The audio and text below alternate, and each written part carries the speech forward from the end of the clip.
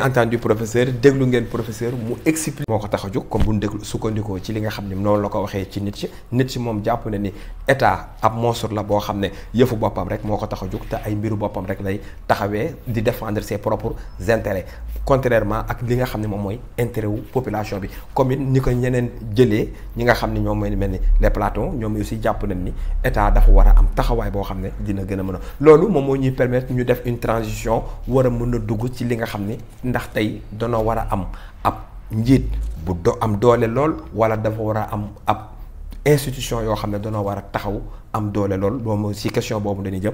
Professeur, nous allons revenir à vous en vous posant la question à savoir aujourd'hui tel que vous avez décrit l'État, tel que vous avez parlé de l'État, aujourd'hui devons-nous avoir un État fort ou bien un État fort, des hommes forts ou bien des institutions fortes pour que tout puisse passer comme on le voudrait? Pour que tout soit bien ordonné, pour que tout soit bien organisé, bien normé et encadré, il me semble que, bon, c'est mon intime conviction, il me semble qu'on ait besoin des institutions qui sont fortes. Parce que, il me semble qu'on n'ait pas besoin des hommes qui sont forts, mais on a besoin plutôt des institutions qui sont fortes. Parce que les hommes passent, mais les institutions demeurent perpétuellement. Maintenant, puisque les institutions demeurent perpétuellement, à mon sens, on ne doit pas promouvoir ce qu'on appelle, on ne doit pas dire qu'on a besoin des hommes qui sont forts. Parce que l'homme, dès qu'on lui donne un pouvoir, il en abuse. C'est Montesquieu qui disait que la nature de l'homme est que dès qu'on lui donne un pouvoir, il en abuse. Mais moi, j'y ajouterais, la nature de l'homme est telle que dès qu'on lui donne un pouvoir, il en use et en abuse. À partir du moment où on est conscient que l'homme a tendance à abuser, l'homme est un être d'abus. Dans tout ce qu'il fait, il ne faut pas donner à l'homme tous les pouvoirs. Il faudra faire ce qu'on appelle la séparation des pouvoirs. Vu l'état actuel, on a un homme fort, comme le disait le président de la République. Je veux des hommes forts, au lieu en lieu et place des institutions fortes. Aujourd'hui, avec tout le champ lexical qu'on a, cela ne nous amène-t-elle à aller vers un État dictatorial, parce qu'on a un champ lexical qui dit force reste à la loi. Aujourd'hui, on parle de la restriction des libertés individuelles, des libertés d'expression. Aujourd'hui, avec tout ce champ lexical, est-ce qu'on ne tire pas vers ce qu'on appelle un État dictatorial? Vous savez, Oui, bonjour. Oui, comment vous allez? Ça va bien, merci. À qui ai-je l'honneur? C'est Moustapha. Oui, Moustapha, bienvenue.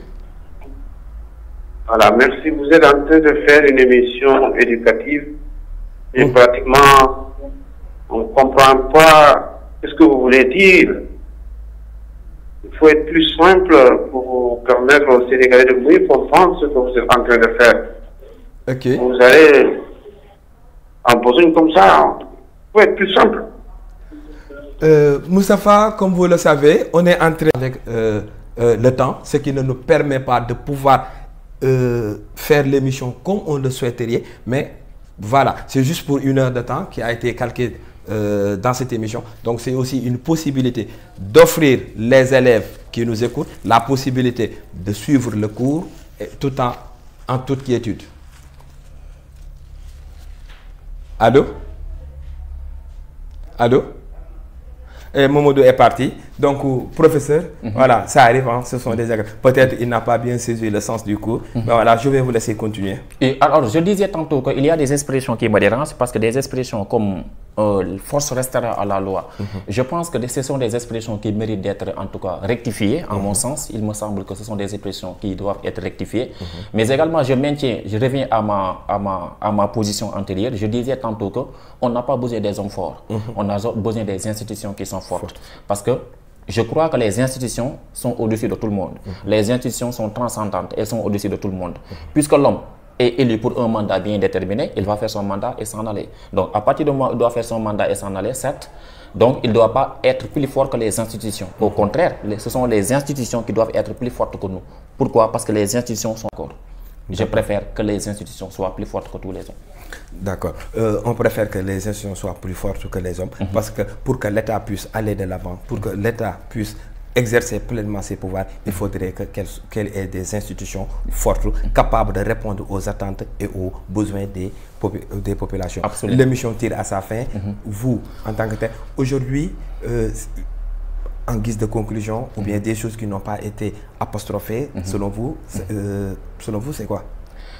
Pour terminer, je dirais tout simplement, comme je l'ai dit à l'entendre de mes propos, vous encourager, parce que c'est une émission, vu la qualité et la pertinence de l'émission, on ne peut que faire vous encourager à travailler davantage dans ce sens, parce que nous sommes dans une société où l'éducation, comme j'ai l'habitude de le dire, la connaissance, la quête de la connaissance semble être reléguée au second plan, au profit de la quête de l'avoir.